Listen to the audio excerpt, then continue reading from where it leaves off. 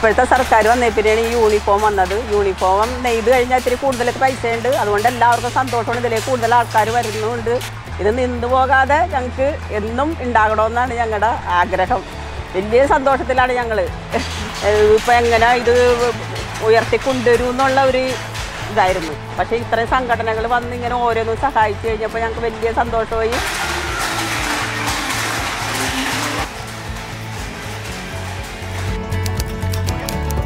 So until the floods, I mean, not many people knew where Chendamangalam was or what the people of Chendamangalam did. But after the floods, the kind of attention that that place got did so much to boost the morale of the weavers. I think that's the best thing that happened, because they realized that what they did was important to a lot of people outside Chendamangalam.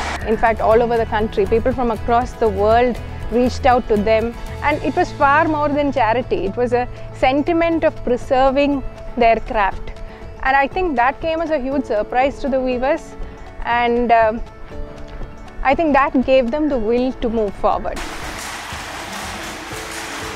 I think what started off as a quick response to an emergency situation, now when we look at it today, it's not only given Chendamangalam back their looms, but it's also been able to create a name for Chendamangalam. It's also been able to give it a space both nationally and internationally as something to look forward to, and I think also not just for us as a designer who's working in Kerala to say that that Kerala Handloom has something to be proud of, and that is of course the Chendamangalam, the fabrics that they wove, and of course the people who have risen so beautifully after the floods.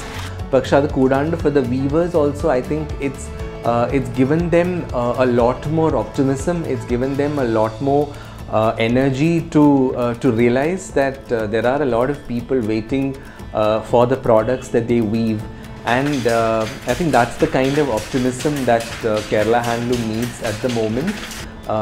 And we feel that this is just a start, and that to look at it positively, I think the floods gave them a lot more than what was taken back, so we're just seeing that positively.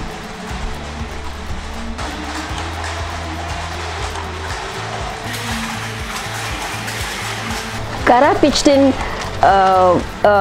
a big way to help them sell the towel stocks that they had after the floods, and that was when we approached many institutional buyers like Ayurvedic spas and certain destitute homes, etc. And they were more than willing to buy off the stock. And then there was some friends network who also helped us sell many of the towels. And so then by the end of March, what I found was that we could almost liquidate the entire towel products, which now when I look back, I just feel it was the most gratifying moment. After having worked for 10 years in the handloom sector, I really felt very gratified when I could really help the Chendamangalam weavers who had not only lost their homes, but they also lost their livelihood, and could help them to come back onto the rails in whatever little way I could help.